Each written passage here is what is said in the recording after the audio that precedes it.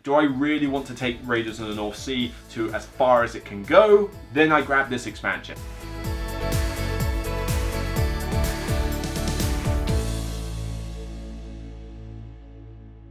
Hi everyone, welcome to another Beyond the Base Game video. We're continuing with Raiders of the North Sea and looking at Fields of Fame. Now bearing in mind, this is the collector's edition box set storage, so you're not getting these fancy sleeves or all that stuff in any of these expansions. This is just my pimped out copy. So second expansion, it's usually hard to top the first one. Does it do a good enough job? Yes and no. This is an expansion that I think is still good, and when it all comes together I will essentially teach this game with both expansions included, because I think what it does is that it becomes greater than the sum of its parts, if you will. But as an individual expansion, this one is good but has some issues. And if you were to say to me, like, let's say somebody brought a non-collector's edition version to the table and said, oh, I've got Raiders of the North Sea and I've got Halls of Heroes in it, oh, but I haven't got Fields of Fame, or I don't feel like teaching that one. It's like, cool, fine. If it wasn't in the game, I wouldn't be that fussed. Because it's in the game, I enjoy it a little bit more, but by no means is this one essential. So what does it add? Mostly very little, to be perfectly honest. I mean, yes, you get more crew members. More crew members is always good. Give me all the cards, give me all the crew members, job done. I mean, literally, you could just release an expansion, more cards, and I'd be perfectly happy with that. So yep, you get more variety for your crew. But now you get this concept called jarls, and this is basically like enemy chieftains. You know, you come across them, and you have a new token in the game. In fact, I need to find that token for you. I wonder if it's around here somewhere. I think it's part of the baggie of tokens. I'll just find it a second. Yeah, here we go. One of the new tokens you can get, you might not be able to see it very well, is a little shield. And a little shield token, and it appears on the locations when you start raiding them. But if you come across one of them, you have to draw a card from the top of this deck of jarls, and basically it comes with an enemy chieftain on it. Looks very similar to the crews that you already have. And you have to make a decision when you come across these, and they're pretty high strength. I mean, strength 6 and 5 is their typical strength value. But what happens is you have a choice via this tiny little board, which, to be fair, is more of a reference aid than anything else. It's not a particularly useful board overall, but you essentially have on this board a note to be able to say, right, I'm going to either kill the jarl, or I'm going to subdue it, or I'm going to run away. Now, if you run away, you got to lose a crew member, and you lose a victory point or a fame, because let's face it, nobody likes a coward. Now, what on earth is fame? Fame is another sort of point track that you can level up, which is basically, I'm one of the famous in the land because I butchered this location or I killed this jarl. That's essentially what fame is. So it's another thing to like get points for. But if you kill or subdue one, then you have to take wounds. You've got these now like red blood drop tokens that you put on your various crew members. Each one lowers the strength of that crew member by 1. But they don't die outright, they just go to strength 0 if they get to that point. So, you know, I've got, shall we say, the brewer here. It's only got 1 strength. I can only put 1 blood token on him, but I could put 3 on the protector. I can't put any on the trader. It depends who you've got. So it nerfs their strength, but you've still got the crew member. But then when they get to low strength, you're kind of thinking, oh, that Valkyrie's got to kill one of my crew members. Push! And then they go, and then you kill the wounded. It's difficult to heal wounds in this game. It's possible, but only a few cards kind of do it. So when you've got the wounds, you kind of might have to think of ditching the crew members at some point. And that's kind of one flaw I do have. I think there should have been more ways in this game to heal the wounds themselves. You can't just spend money or mead or anything like that in order to do it. You have to do it with a specific ability, and I just think maybe that's a little bit too like situational for that to work. But if you kill it, you have to take its strength +1 in blood tokens. But you kill the jarl, and you get the bonus when it says kill it. So in this case, let's see, if I kill them off, I gain an armor, I gain a gold, gain 2 VP, gain 1 VP, gain a provision and a card, you know, small bonuses, but you get 2 fame. The fame is on this separate board, and you get victory points the higher up you go on it. What this board also does is that it gives you an extra location in the township that you can go fight from the get-go. You don't even have to go past the harbour in order to do it. It takes black meeples, but, you know, it's just another fairly lowish strength location that you can go to, gets you, you know, requires provisions and a couple of crew members. It's just nice to have another location to fight. I don't know why the other expansion didn't do this, or why this one suddenly thought, oh, let's just shove one in, but I guess it works.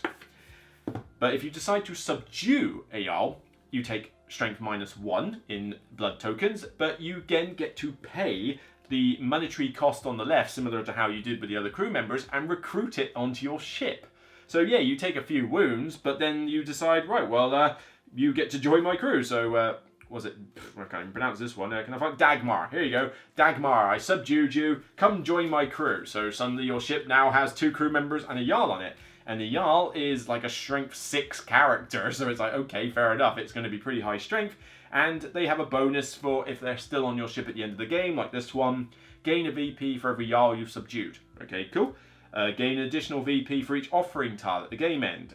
Take 1 less wound when subduing the jarl. Some of them have got... Oh no, wait, that's the protector. I'm reading the wrong thing. Sorry, my bad. Here we go. Gain 1 VP for every free armor.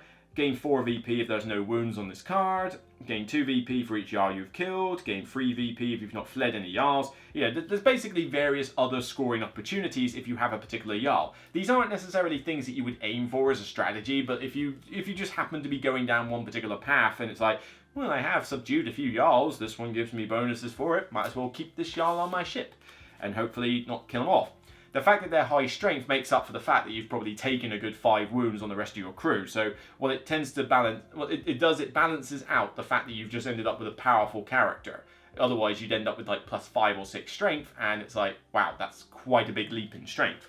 This one usually means that I gained 6 strength, but probably lost a good 5 strength with all the other characters. So it nicely evens out. But, you know, they're still cool to get. I sometimes go for them, I sometimes don't, but you have to bear that in mind because you know ahead of time when you go raid a location that a jarl is going to turn up. Possibly more than 1. If there's 2 tokens on there, you got to do them both. And that gets pretty painful. But, yeah, other than that, that's kind of all this game really adds. That's literally all it adds. It's a very small addition. Now, I like the idea of an extra location to go after, but I wouldn't buy this expansion just for an extra location. It's there, it exists, why not? More crew members, great. I like having more crew members, I'm fine with that. The jarl system I think is okay. I mean, when you're teaching the game after you taught all the other rules and that, teaching this whole thing with the blood tokens and strength +1 or strength -1, kill it, subdue it, flee from it, it's a little fiddly for new players to get. This is one of those ones where if I didn't have it all mixed together, I would consider not teaching this to new players. But for the most part, new players have kind of got it, but yeah, this one's a little bit more fiddly than the other expansions. Also, the fact that the jarls are kind of situational as to whether their benefits are useful to you is another thing. You know, you don't like have ones, it's not public information as to what ones are going to turn up. As for the fame track, the fame track's quite a nice addition because if you do manage to kill a bunch of jarls, then you will level up fame and it gets you like 1, 3, 6, 9, 12, 15 VP. So it's another VP track. Although, don't think you're going to maximise this fame track just by going after jarls. It's not going to happen. You only get 2 per jarl, so you're going to kill 6 of them by the end of the game. Good luck with that, especially when you're trying to do something else. But you do have a neat little addition, and this is what a lot of people forget, myself included, when teaching this game. If you go to a location and fight it, and you beat it by a certain amount of strength, you get more fame. For 1, 8, 2, 12, 13. So 4, 8, 12 strength you beat it by, you get 1, 2 or 3 fame. This is an important rule to remember because it makes fame that much better. Because normally you would only get high strength if you were going after like the fortress and that, and you're just trying to get the higher tabs. But now you actually have an excuse to go after that lowly harbour that nobody went after, or the titchy little outpost that's like, well, it's not going to get me much in the way of reward. Why would I go to the outpost? Well, if I'm going to butcher it by more than 12 strength after the die rolls and strength bonuses, then I get free fame, which gets me more VP, especially if you already killed a jarl on top of that. So don't forget that rule. It's easy to forget because it's literally just a tiny bit on the board as a reminder, but it certainly does make fame that a little bit more interesting. But one last little addition I almost forgot, the Valkyrie dice. This is an optional variant and they replace the red die from the base game, the ones you roll to add strength to a combat. They have the exact same number of strength numbers on them, 2, 3, 4, whatever, and they do the same thing. They add to the total when you're going to face someone. The difference is that they also have on one side of the thing a Valkyrie symbol. So when you roll and you're attacking somewhere, you have to basically like treat it as if you found another Valkyrie token at the time. This is an optional variant for those who want some added risk. I'm in 2 minds about this. Firstly, I do like it for the fact that it causes some risks to those who just end up with the most powerful crew on their ship and they never die. You know, because they can get into a position where they're doing so well on the strength that it's difficult to catch them up. This can at least bring them back to a different level by killing off some character that they've got. The problem is, this also happens to those who are still quite weak. I mean, if you're not doing very well at the game and you roll these dice and you still end up with a Valkyrie, yeah, okay, you level up the Valkyrie track, but you're still losing a crew member, and if you're not doing well, losing a crew member can hurt. So I personally don't use these in my game, but it's a tiny addition. It's an optional variant. If you want to use it and add some risk, then go along, but it's basically adding another luck element and not sure the game really needs. So I'd be interested to know in the comments whether you like using these Valkyrie dice or not. I've yet to come across anybody who does, but if it's something you use, then let me know about your experiences and why it is you use it all the time.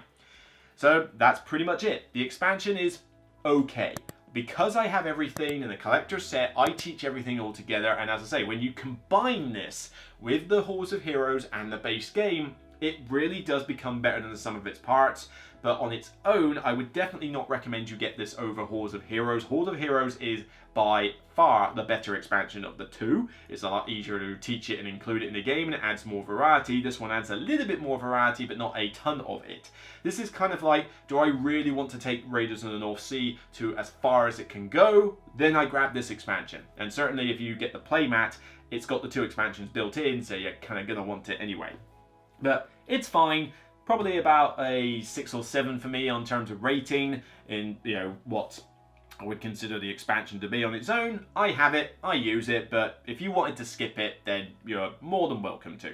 So that's it for me on the Raiders of the North Sea expansions. If you like what you see, then consider subscribing to the channel and sharing it on social media. If you check out the description, you'll find a code for zatu.co.uk where you'll get 5% discount on all games that you purchase from your basket. So if Raiders of the North Sea is a game you've been contemplating, then check them out, see if they've got it in stock, and save yourself a few quid while you're at it. Take care, and remember, as always, it's only a game.